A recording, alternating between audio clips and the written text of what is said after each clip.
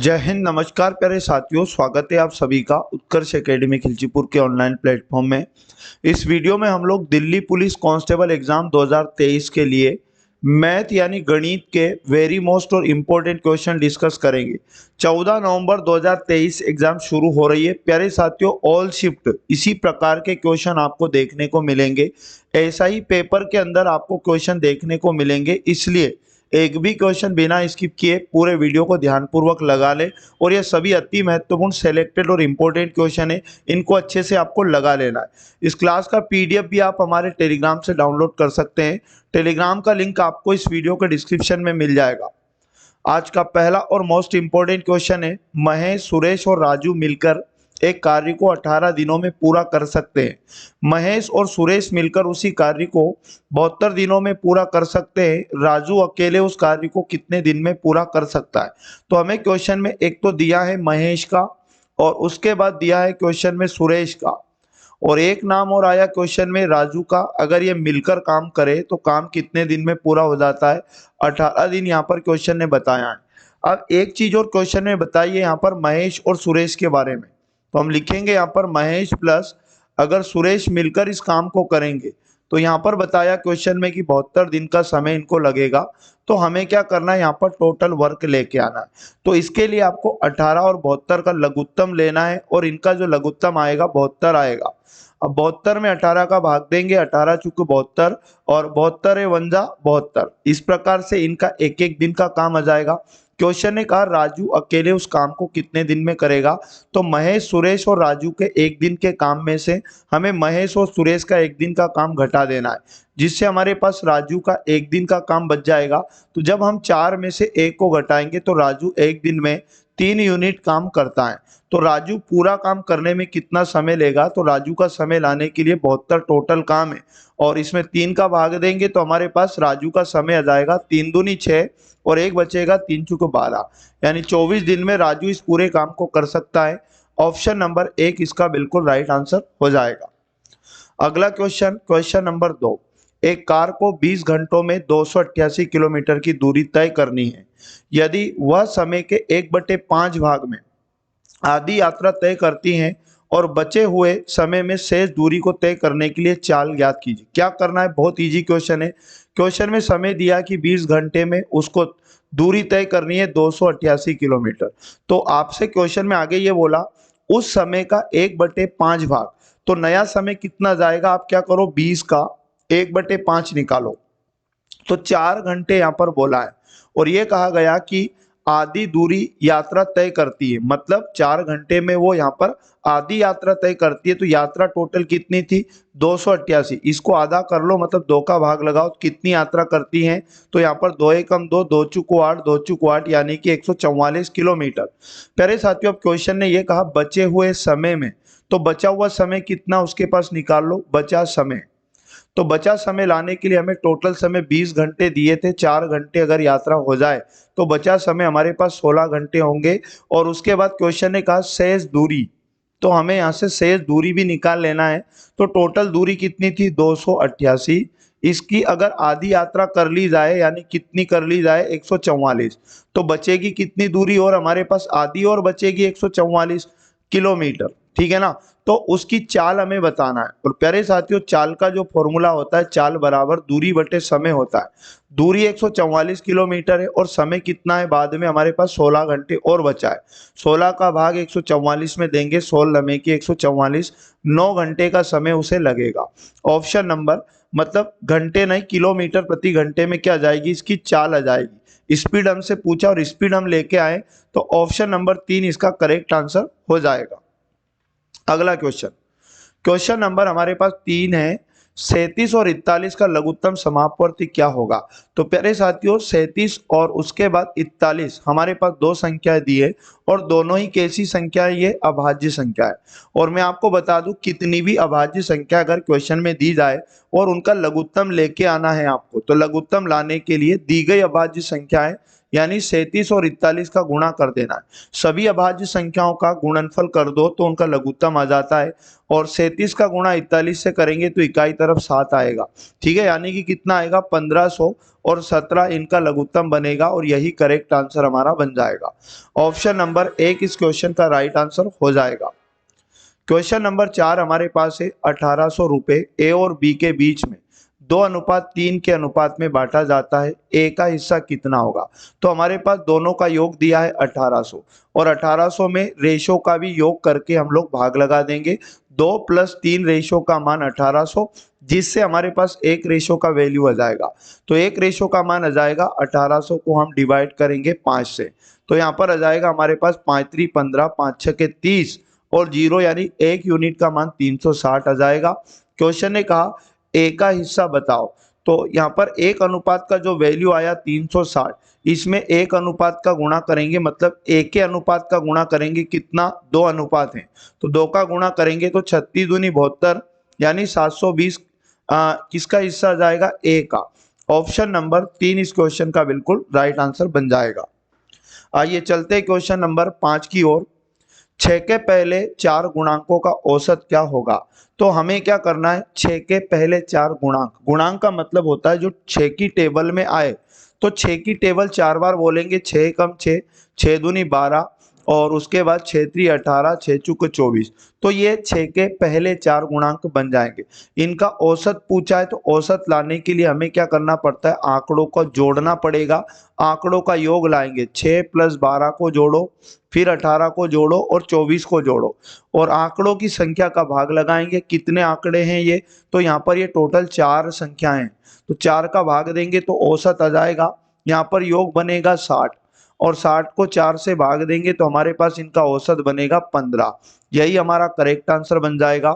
Option number 3 इसका बिल्कुल right answer हो जाएगा। अगला क्वेश्चन, एक लंबवृत्तीय बेलन की त्रिज्या उसकी ऊंचाई की 3 गुनी है, और बेलन की ऊंचाई क्वेश्चन में बताइए, तो बेलन का आयतन बताओ। देखो बेलन का अगर हमें आयतन लाना है तो बेलन के आयतन का फॉर्मूला लिख लेना, समझ लेना, याद कर लेना। होता है पाई आर स्क्वायर इंच होता है, जिसमें हमारे पास उसकी ऊंचाई दी है लेकिन त्रिज्या नहीं दी है। तो त्रिज्या के बारे में क्वेश्चन ने बोला है, त्रिज्या यानी आर का वैल्यू लाना है, तो ऊंचाई का 3 गुना त्रिज्या हो जाएगी, मतलब 3.5 का हमें 3 गुना करना है। तो यहाँ पर 3 पंज 15 कैरी 1 हो जाएगा, फिर दशमलव लगेगा, 3 3 9 और 1 हो जाएगा 10, 10.5 सेंटीमीटर उसकी क्या हो जाएगी त्रिज्या। प्यारे साथियों, क्वेश्चन ने कहा आयतन बताओ, तो आयतन लाने के लिए यहाँ वैल्यू पुट करेंगे 22/7 और गुणा त्रिज्या का वर्ग, मतलब जो त्रिज्या हम बनाई है इसका 2 बार मल्टीप्लाई करो तो इसका वर्ग हो जाएगा। 10.5 गुणा 10.5 गुणा ऊंचाई, ऊंचाई की जगह आपको पुट करना होगा 3.5। अब इसे सोल्व करेंगे तो ये पॉइंट हटेगा नीचे एक जीरो, और ये पॉइंट हटेगा तो नीचे एक जीरो, और ये पॉइंट हटेगा तो नीचे एक जीरो। 7 से इसे कट करेंगे, 7 पंज हो जाएगा 35। अब क्या करो, बटे के ऊपर वाले सबका गुणा कर लो और भाग लगा दोगे तो आपके पास बनेगा फाइनली 3 जीरो है, तो 3 अंकों के पहले यहाँ पर दशमलव लग जाएगा। जब इनका गुणा करोगे तो 121 और उसके बाद 275, 275 और एक जीरो ऊपर आएगा, और यहाँ पर बता दूं मैं आपको 3 जीरो बटे में आ जाएंगे इस प्रकार से। तो ये जीरो से जीरो कटेगा और 2 अंक के पहले पुनः दशमलव लगा देना, तो यहाँ पर 121 और उसके बाद 2 दशमलव में कितना हो जाएगा 75।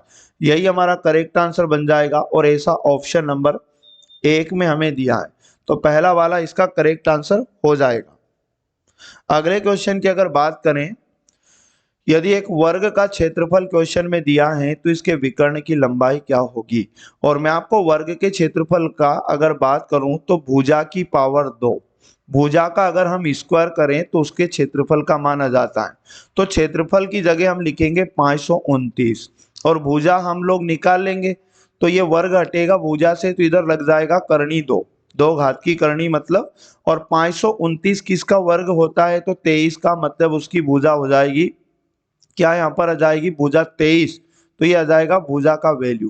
क्वेश्चन ने कहा विकर्ण बताओ, तो यहाँ पर समझ लेना और लिख लेना है, वर्ग का विकर्ण, वर्ग का विकर्ण का जो फॉर्मूला होता है मोस्ट आईएमपी है, ए करनी 2 होता है, मतलब ए उसकी भुजा है तो यहाँ पर एक ही जगह 23 पुट करना और √2 का गुणा करेंगे तो √2 ही रहेगा, ठीक है ना। तो यहाँ पर हमारे पास बनेगा 23√2 और यहाँ पर ये सेंटीमीटर में हमारे पास इसका क्या जाएगा विकर्ण, और ऑप्शन नंबर 3 इसका राइट आंसर हो जाएगा। क्वेश्चन नंबर 8 हमारे पास है, पी अकेले कार्य को 15 दिनों में पूरा कर सकता है और क्यू अकेले उसी कार्य को 12 दिनों में पूरा कर सकता है। वे एक साथ कार्य शुरू करते हैं लेकिन 3 दिन बाद पी कार्य छोड़ देता है। शेष कार्य को पूरा करने में क्यू को कितना समय लगेगा। क्वेश्चन में दिया पी का समय बताया और कितना बताया, 15 दिन बताया। आगे बोला क्वेश्चन में क्यू अकेला काम करेगा तो क्यू उस काम को 12 दिन में कर लेगा।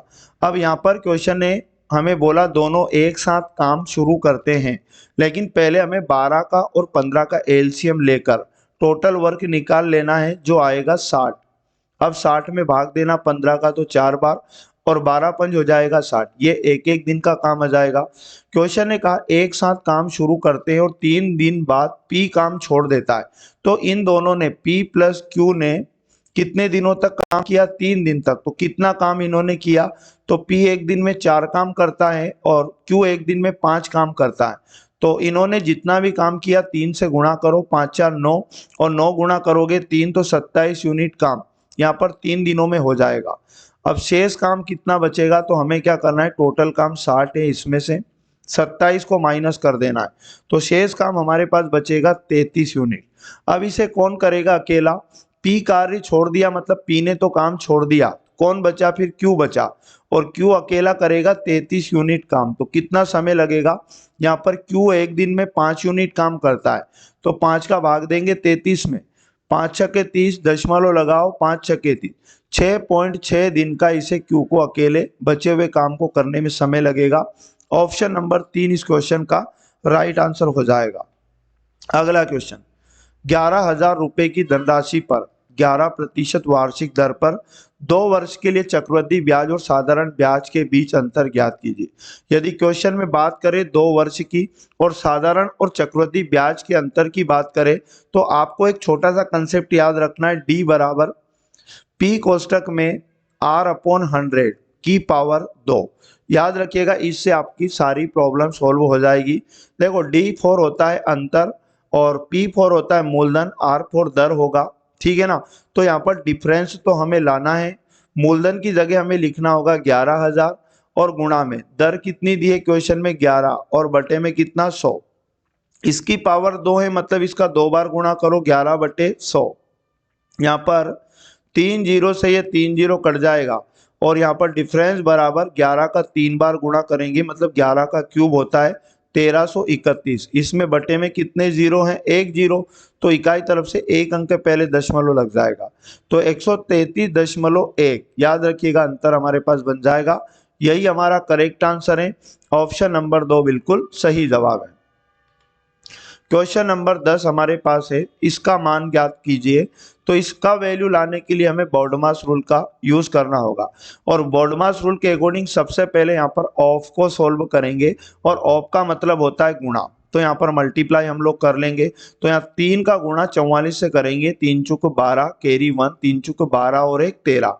उसके बाद ऑफ के बाद बारी आएगी यहाँ पर गुणा की, तो 7 चुक हो जाएगा 28, बाकी को ऐसा ही लिखेंगे। 221 प्लस लिखा है 207 प्यारे साथियों, फिर माइनस लिखा है और इनको सॉल्व करने पर हमारे पास 132 बना और फिर प्लस का साइन लगा है और फिर लिखा है 28। अब इसे सॉल्व करने के लिए पहले ये जो पॉजिटिव नंबर है प्लस के इनको जोड़ लेंगे हम लोग। तो जब इनको हम लोग जोड़ेंगे तो हमारे पास कितना आएगा, इसे जोड़ लेते हैं 8 और 7 हो जाएगा 15, 15 1 16 के 6, कैरी आएगा 1। यहाँ पर 2 और 0 2 और 2 4 और 1 हासिल का 5 हो जाएगा और यहाँ पर हमारे पास कितना बचा, अब यहाँ पर बचा खाली हमारे पास 2 और 2 4, तो 456 में से 132 लास्ट में घटा देना है। 6 में से 2 जाएगा तो 4 बचेगा, 5 में से 3 जाएगा 2 बचेगा और 4 में से 1 जाएगा तो 3 बचेगा। इस प्रकार 324 इस क्वेश्चन का राइट आंसर बन जाएगा। ऑप्शन नंबर 1 बिल्कुल करेक्ट आंसर है। अगला क्वेश्चन हमारे पास है, स्थिर जल में एक नाव की चाल 44 किलोमीटर प्रति घंटा है और धारा की गति 26 किलोमीटर प्रति घंटा है। नाव की धारा के प्रतिकूल चाल ज्ञात कीजिए। प्यारे साथियों, जो प्रतिकूल चाल होती है नाव की, प्रतिकूल मतलब धारा के विपरीत भी हम लोग इसे कह सकते हैं। ये क्या होता है, जो शांत जल में चाल है, शांत जल में चाल है, उसमें से क्या करेंगे हम लोग, धारा की चाल को अगर घटा देंगे तो हमारे पास क्या आ जाएगी, धारा के प्रतिकूल चाल आ जाएगी। तो हमारे पास 44 दिया है शांत जल में यानी स्थिर जल में, और धारा की चाल क्वेश्चन में बताया है 26। इसे घटा लो, 14 में से 6 जाएगा, 8 बचेगा, और ये हो जाएगा यहाँ पर कितना, 3 में से 2 गया 1, यानी 18 किलोमीटर प्रति घंटा इस क्वेश्चन का राइट आंसर बन जाएगा। ऑप्शन नंबर 2 बिल्कुल सही जवाब है।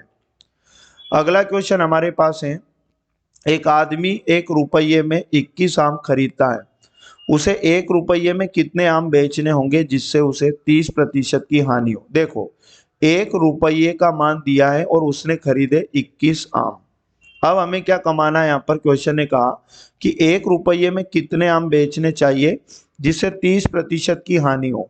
तो 30% हानि के केस में हम क्या करेंगे, जो 21 आम है इनका विक्रय मूल्य निकाल लेंगे। क्लियर, 21 आम का विक्रय मूल्य क्या होना चाहिए, तो 1 रुपया जो था ये 100% मानना, इसमें से 30% माइनस करेंगे तो 1 का 70% निकालोगे तो हमारे पास आ जाएगा 7/10। और 7/10 रुपए में अगर हम 21 आम को बेचेंगे तो हमें हानि हो जाएगी कितने की, 30% की। 1 रुपए में कितने आम बेचने चाहिए, तो आप क्या करना, जो 7/10 इसका भाग लगाना 21 में, तो 21 बटे हो जाएगा 7/10। ये 10 तो गुणा में चला जाएगा तो 21 गुणा 10 बनेगा और बटे में 7 रह जाएगा, 7 या 21 हो जाएगा, और 3 दाम कितना, 30। तो इस प्रकार से हमें अगर 1 रुपये में 30 आम बेचेंगे तो हमें कितनी हानि हो जाएगी, 30% की। ऑप्शन नंबर 1 इस क्वेश्चन का बिल्कुल राइट आंसर बनेगा। अगला क्वेश्चन हमारे पास है 13 नंबर, चीनी के मूल्य में 40% की वृद्धि होती है, चीनी की खपत में कितने प्रतिशत की कटौती करनी होगी ताकि चीनी पर कोई अतिरिक्त खर्च ना बढ़े। देखो, जब आपको क्वेश्चन में बोले खपत में कमी बोले क्वेश्चन, या फिर खपत में वृद्धि बोले और प्रतिशत में अगर आपको लाना है तो क्या करना, एक कंसेप्ट याद रखना, R/100 प्लस माइनस R और मल्टीप्लाई कर देना 100 का। आर क्या होगा, जितने परसेंट की कमी करेगा क्वेश्चन जितने परसेंट की वृद्धि करेगा। तो क्वेश्चन में दिया है 40% की वृद्धि, तो आर का मान 40 मानना है, और वृद्धि अगर हो रही है तो आप 100 में जोड़ोगे, और कमी अगर होती है तो 100 से घटाना है। तो यहाँ पर 100 में जोड़ेंगे 40 को तो 140 हो जाएगा क्योंकि वृद्धि हो रही है, और 100 का मल्टीप्लाई कर देंगे यहाँ पर, तो इसे काट देंगे हम लोग। तो यहाँ पर 0 से 0 कटेगा, 2 दूनी 4 हो जाएगा, और यहाँ पर 2 साथी 14, ऊपर 2 का गुणा 100 से होगा तो 200 बटे कितना हो जाएगा, 7% में आंसर आ जाएगा। बट ऑप्शन में ऐसा नहीं दिया, तो हमें क्या करना है, यहाँ पर 7 का भाग लगाना और दशमलव में बदलना है ना। तो 7 दूनी 14, 6 बचेगा, 7 8 56, 4 बचा, दशमलव लगाओगे 40, और 7 5 35, 28.5% के क्या करना पड़ेगा, इसमें कटौती करनी होगी। तो ऑप्शन नंबर कौन सा करेक्ट हो जाएगा, चौथा। अगला क्वेश्चन, A/B का मान दिया है 7/4, और A और माइनस B का मान भी दिया है, दोनों का डिफरेंस 9। तो A प्लस B का मान बताओ। तो हमें क्या करना है, हमें ये करना है कि जो A/B का मान दिया 7/4 और दोनों का डिफरेंस दिया 9, तो इस रेशो का भी डिफरेंस देखना है। 7 में 4 जाएगा तो कितना बचेगा, 3, और 3 रेशो का मान क्वेश्चन में बताया है 9। 1 रेशो का मान लेके आना, तो 9 बटे हो जाएगा 3, 3 से काटेंगे तो आ जाएगा 3। ठीक है, अब क्वेश्चन ने कहा A प्लस B का मान बताओ, तो A और B के रेशो को जोड़ना, तो 7 में 4 को जोड़ेंगे हो जाएगा 11, और 11 का मल्टीप्लाई 3 से होगा तो 33 आ जाएगा आपके पास। ऑप्शन नंबर 1 इसका बिल्कुल करेक्ट आंसर बन जाएगा। अगला और मोस्ट आईएमपी क्वेश्चन है, 77 सेंटीमीटर, 110 सेंटीमीटर, 121 सेंटीमीटर लंबाई वाली धातु की 3 छड़ों को बराबर लंबाई के टुकड़ों में काटा जाना है। प्रत्येक भाग यथासंभव लंबा होना चाहिए और काटे जा सकने वाले टुकड़ों की अधिकतम संख्या क्या होगी। तो सबसे पहले आपको ये करना है इस क्वेश्चन में 77 का, 110 का और 121 का ले लेना है महत्तम, क्योंकि महत्तम बड़ी से बड़ी ऐसी संख्या होती है जो इन सबको डिवाइड कर देगी, मतलब बड़े से बड़े उस टुकड़े की लंबाई आपके पास आ जाएगी। तो इनका जब आप महत्तम लोगे तो आपके पास महत्तम आएगा 11। ठीक है, अब आपको लाना है टुकड़ों की संख्या, आपको लाना है टुकड़ों की क्या संख्या। तो प्यारे साथियों, आपको जो महत्तम आया इसका भाग 77 में भी देना है 11 का भाग, और उसके बाद जोड़ देना है 110 में भी देना है 11 का भाग, और उसके बाद 121 में देना है 11 का भाग। जोड़ इसलिए रहे क्योंकि कुल टुकड़े चाहिए हमें। 11 से काटेंगे 11 7 होता है 77, प्लस 11 धाम होता है 110, और प्लस 11 से काटेंगे तो ये 11 बार कट जाएगा। इनको जोड़ेंगे तो 11 10 होता है 21, और 21 में हम 7 जोड़ेंगे तो टोटल टुकड़ों की संख्या हो जाएगी 28। तो इसका राइट आंसर बनेगा 28, ऑप्शन नंबर 1 करेक्ट आंसर हो जाएगा। तो प्यारे साथियों, ये थे वेरी मोस्ट और इम्पोर्टेंट टॉप 15 क्वेश्चन। आप यकीन मानिएगा एग्जाम में भी यही लेवल आपको देखने को मिलेगा। तो आप इस क्लास को देखते रहें, जितनी भी क्लासेस दिल्ली पुलिस की आ रही हैं आप सभी को 1 बाय 1 देखते रहें। सभी पीडीएफ आप टेलीग्राम से डाउनलोड कर लें, और चैनल पर पहली बार विजिट कर रहे हैं तो चैनल को सब्सक्राइब करके बेल आइकन को ऑन कर लेना, जिससे आपको सभी क्लास का नोटिफिकेशन तुरंत मिलता रहेगा। ठीक है, तो मिलेंगे नेक्स्ट वाले पार्ट में हम लोग पुनः। तब तक पढ़ते रहिए, मेहनत करते रहिएगा बेहतर तरीके से। जय हिंद, जय भारत, वंदे मातरम।